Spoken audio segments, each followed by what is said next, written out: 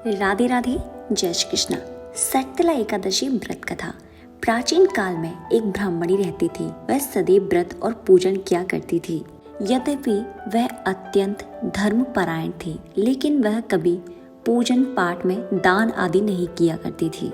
वह बड़ी ही लालची थी। ब्राह्मणी सदैव भगवान का पूजन तो किया करती थी, पर उसे दान पुण्य में बिल्कुल रुचि नहीं थी।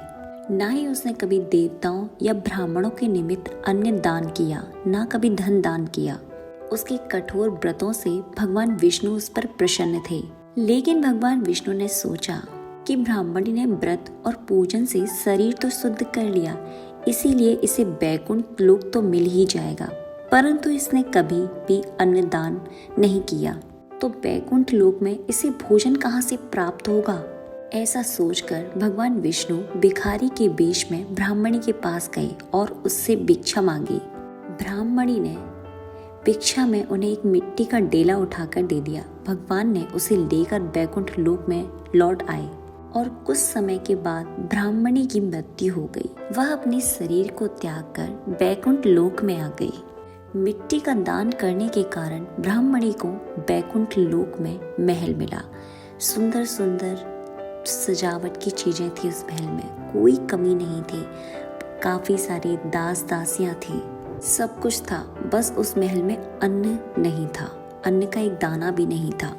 यह देखकर वह स्त्री ब्राह्मणी भगवान विष्णु से बोलती है कि मैंने पूजन सारी अपना पूरा जीवन आप में लगा दिया, व्रत पूजन सब किया, लेकिन मेरे घर में किसी चीज की कमी नहीं है, बस अन्न नहीं है मेरे पास।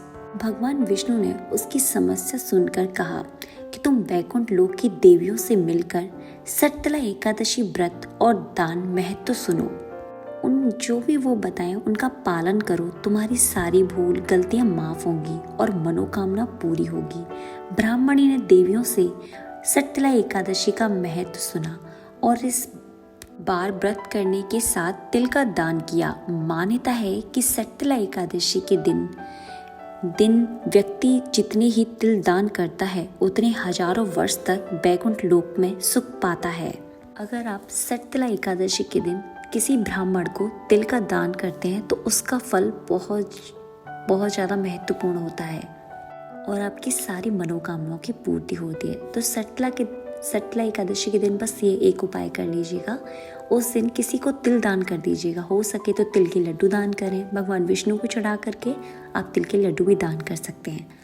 अगर हमारी दी हुई जानकारी अच्छी लगे तो हमारे चैनल को सब्सक्राइब करना ना भूलें।